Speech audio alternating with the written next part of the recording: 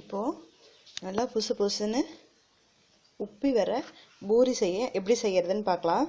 பூரி செய்ய கோதுமை மாவு எடுத்துக்கோங்க. இதில் தேவையான அளவு உப்பு போடுறேன்.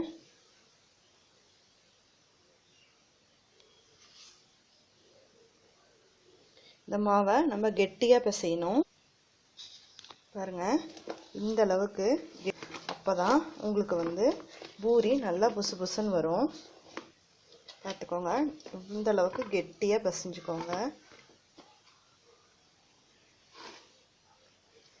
இதில் லைட்டாக நம்ம எண்ணெய் ஊற்றலாம்.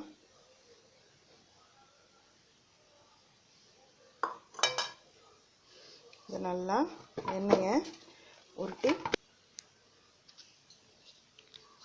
மாவை நல்லா எண்ணெயில் உருட்டி பிசைஞ்சாச்சு. இது குட்டி குட்டி உருண்டை.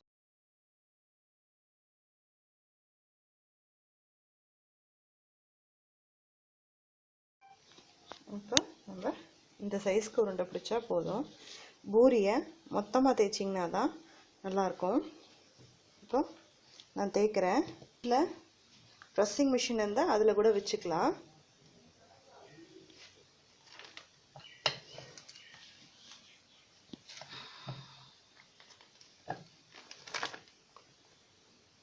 இந்த மாதிரி தேய்ச்சா போதும். இப்போ ஒரு கடாய்